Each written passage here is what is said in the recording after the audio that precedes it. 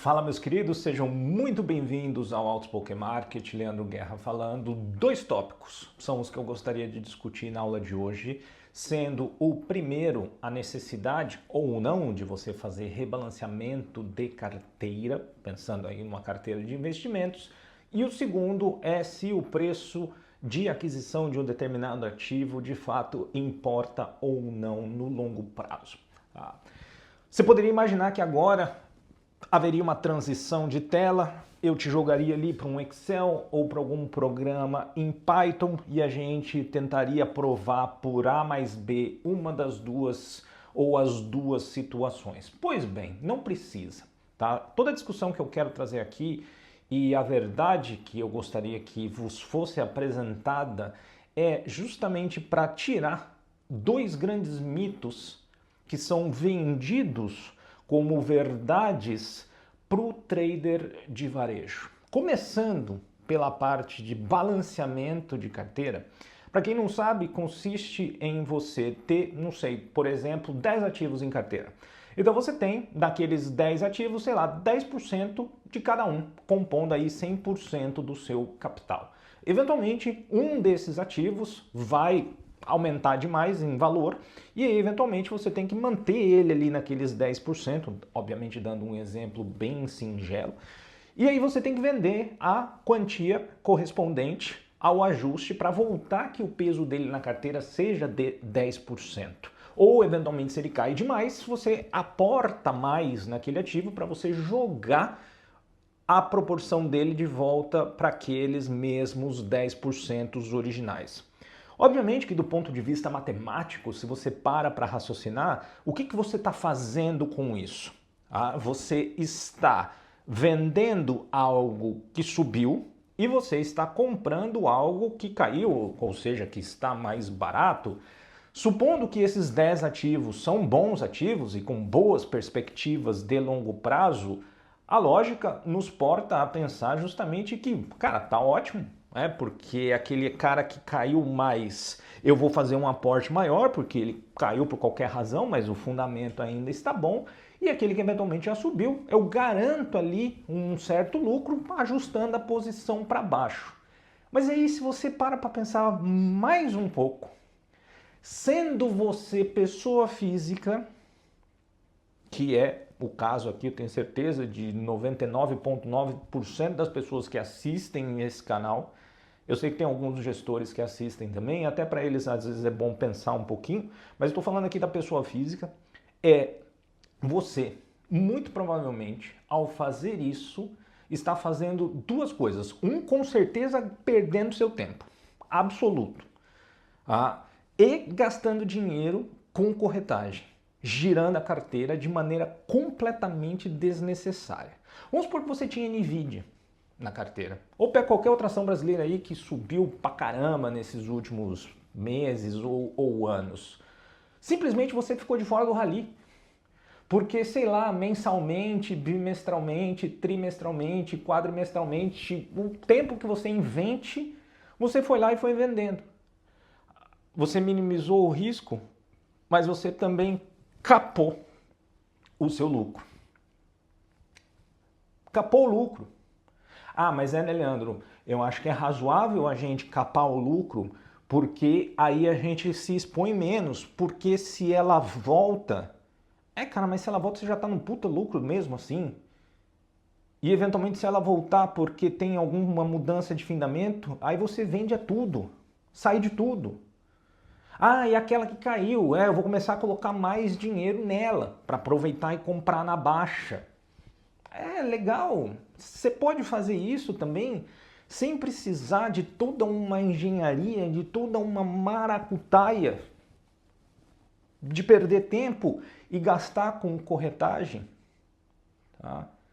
Porque tudo lá no longo prazo somado, sabe o que vai fazer diferença na tua carteira? O aporte que você faz todo santo mês. Aí entra um ponto fundamental. Pessoa física não é gestor.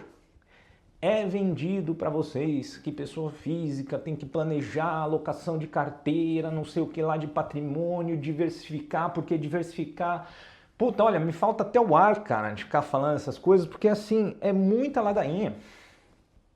Tá? Qual que é o teu papel central na tua vida? Materialmente falando. Trabalhar para ganhar dinheiro.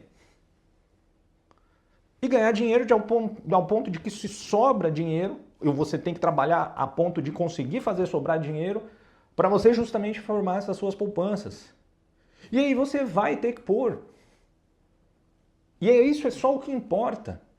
Se você comprou uma ação X que vai subir muito, vai subir 1000% nos próximos 15, 20 anos, certo?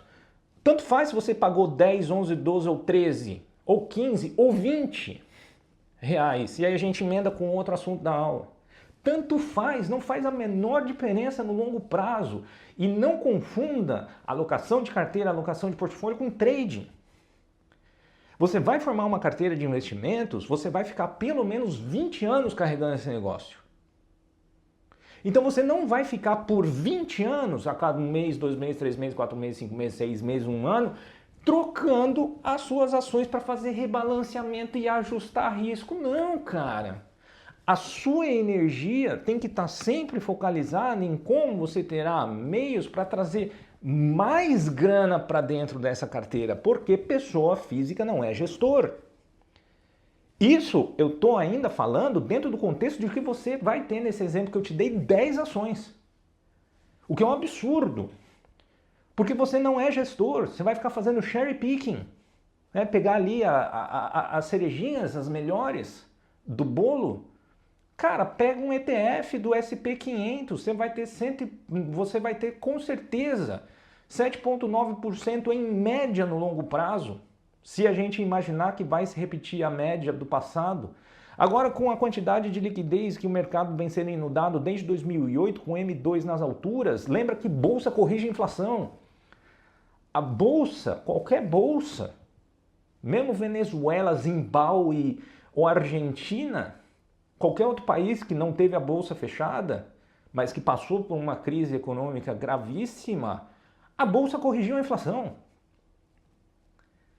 Então, se você pega um ETF de uma bolsa dos Estados Unidos e depois você ainda quiser diversificar, você pega uns 2 outros, no máximo, você simplesmente tem a única e exclusiva missão de colocar dinheiro lá todo santo mês, toda santa vez que sobrar alguma coisa. Ai, Leandro, veio uma crise mundial como o Covid, a guerra da Ucrânia, o bombardeio do Irã, o mercado caiu. Cara, você pega mais dinheiro daí e aloca lá. Vamos supor que a gente estivesse ali de volta em março, abril de 2020, com o Ibov, SP caindo 40%, 50%, 60%. Se você tem dinheiro em caixa lá, e vamos supor que você colocava, sei lá, R$1.000 todo mês, caiu tudo isso, e você tem um dinheiro ali guardado, você aporta 3, 4 mil, 5 mil. E aí a proporção que você quiser, aí que tá, o número aqui é só figurativo. É isso, pessoas, não tem segredo. Qualquer outras coisas que vocês fizerem, que não isso, vocês estão punhetando o cérebro de vocês desnecessariamente e perdendo tempo de vida. Quer fazer trading? Para daí o trading ser o mecanismo que ajuda a injetar mais dinheiro? Beleza. Aí você também entra na minha regra de trading. Que é, cara, você não vai fazer trade com 20 ativos. Você vai escolher 1, 2, 3 se você tiver mais tempo. E, assim, de uma maneira beneditina, com a disciplina de um monge, você vai seguir aquele sistema de trading absolutamente em toda e qualquer entrada que tiver. E é isso. Você vai trabalhar mais junto com o trade e toda essa grana você traz para esse aporte de longo prazo. Tanto faz o preço que você vai pagar hoje no ativo, se você vai segurar esse negócio por 20, 30 anos. Tanto faz se agora a renda fixa é 70% do seu patrimônio porque a Selic está 15% e você daí vai fazer um ajuste Beleza, só faz o ajuste, cara. Eu vou contar uma coisa. Esses dias eu entrei nas ações preferenciais da MicroStrategy, que paga aquele dividendo lá de 10% ao ano. Tá? Ai, como é que você fez, Leandro? Duda, que legal, pô, não sabia disso. Beleza, tô contando agora. E como é que você fez, né? Como você alocou isso na sua carteira? Beleza, eu tinha um ETF lá da Vanguard, que eu falei aqui na aula de ETF. Tava com o lucro bom ali, eu vendi quase toda aquela parte do lucro que estava e aloquei na MicroStrategy. Ah, mas você é o cara que fala de finanças quantitativas? Você é o cara que ensina ciência de dados? E é isso? É só isso. Eu não vou ficar perdendo meu tempo, cara. É por longo prazo isso daí. É por longo prazo. O que eu gasto um montão de tempo é aqui, ó. Fazendo meus algoritmos, minhas coisas para fazer meu trading. Seja porque eu sou professor disso, seja porque eu faço isso para mim mesmo, como forma de, junto com todos os outros 3 empregos que eu tenho, juntar mais dinheiro lá. Então o meu tempo, a minha energia está aqui, está no meu trabalho de um modo geral. Não estou rodando Markowitz ou qualquer outro algoritmo de otimização de carteira, até porque não faz nenhum sentido. Eu sei que vocês ficam loucos comigo quando eu falo essas coisas. Sei que tem um monte de gente que para de seguir. Mas é porque vocês precisam entender, gente. O nome desse canal não é Outspoken Market à toa, não é o mercado sincero à toa. O analista que tem que fazer rebalanceamento de carteira, ele tem um propósito muito específico. Muito provavelmente ele está gerindo alguns, né, fazendo gestão de alguns dezenas de milhões. E ele vai ter um propósito específico. Você, pessoa física, que comprou curso de análise fundamentalista, que você tem que fazer cherry picking igual fazia, né, o Graham, o Buffett, cara, não precisa hoje em dia com o advento dos ETFs. Os ETFs vão superar 95% de todos os gestores. Tem ETF bunda, é verdade, não é qualquer ETF. Mas pegar um ETF consolidado de índice e agora tem esses outros mecanismos aí, tem Bitcoin, tem um monte de coisa, se você não quiser se expor diretamente a moeda, você vai esperar 98% de toda a indústria de fundos, cara.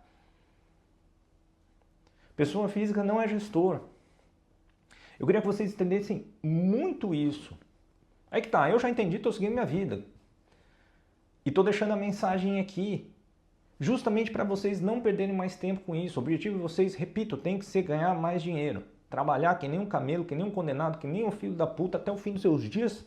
Entendeu? Para você ganhar o dinheiro, sustentar sua família, para você ajudar quem você queira ajudar, fazer aquilo que bem te importa e conseguir guardar o dinheiro dessa forma.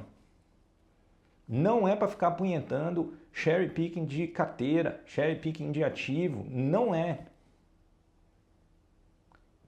Você tem bastante dinheiro, porque eu sei que alguns de vocês aqui são tuba.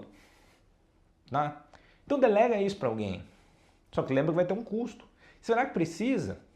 Imagina um cara rodando alocação de carteira com a Nvidia, por exemplo, subindo tanto que subiu, tanto. Chegou uma hora que ele vai ter desfeito alguma exposição, mas é a hora de vender Nvidia. Só sobe, cara, só vai. Continua ali. Alocando, puta, mas eu não sei da Nvidia, né? Até quando essa corrida da IA vai continuar, ou se não vai surgir um competidor da Nvidia, e na hora que o mercado tiver um mínimo cheiro que tiver um competidor da Nvidia, esse treco desaba. Aí você tá no ETF. Quer amortizar o risco? Vai no ETF, porque você tá num balanço de índice ali. Tá clara a mensagem, né, pessoal? Tá claro.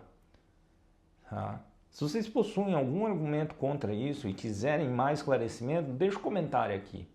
Eu tenho o prazer de responder o comentário ou eventualmente emendar uma outra aula em cima disso para que a gente possa chegar num ponto comum. Que eu tenho certeza que a hora que você parar para prestar atenção nesses 14 minutos e 27 segundos que a gente tem agora de vídeo, talvez depois na edição vai ter cortado algum segundinho ou outro, você vai ver e falar, cara, beleza, não concordo com o Leandro, mas deixa eu ouvir de novo. Eu tenho certeza que se você já, na primeira vez que você assistir esse vídeo, você já não concordar comigo, não é porque eu quero que você concorde comigo, é que você concordar comigo significa que você entendeu a verdade. Porque eu não estou aqui dando a minha opinião. Isso não é a minha opinião. Ah, o Leandro tem uma opinião da locação de carteira. Não, o Leandro não tem opinião da locação de carteira. O Leandro está falando um fato. Não é opinião, não confunda fato e opinião. Eu não estou dando opinião, estou falando um fato. Esse é o fato. Pessoa física não é gestor. O preço que você vai pagar agora por um horizonte de longo prazo não vai fazer a menor diferença. A ação X está com PL cara ainda. Aí ela estava, para ela ficar com o PL bom, ela tem que cair de 20 para 15. No curto prazo, uma queda de 20 para 15, ela pode impactar de fato. Né? De 20 para 15, ela perdeu 5 unidades. Né? 5 unidades de 20 são 25%. Tá certo? Certo a conta? Tá certo a conta. Também é importante, tá certo a conta. Nossa, é bastante. Só que ela vai custar 500 se não tiver desdobramento e o escambau daqui 20 anos. Vai ser marginal o efeito. Tá bom, meus queridos? Fiquem com Deus. Repito, curta, compartilhe, deixe seu comentário. Vamos começar a discutir essas coisas de novo, que sempre vale a pena voltar, revisitar, principalmente que sempre vem gente nova. E tem gente antiga que ainda não entendeu também, tá bom? E a gente se vê numa próxima aula. Um grande abraço para vocês. Tchau, tchau.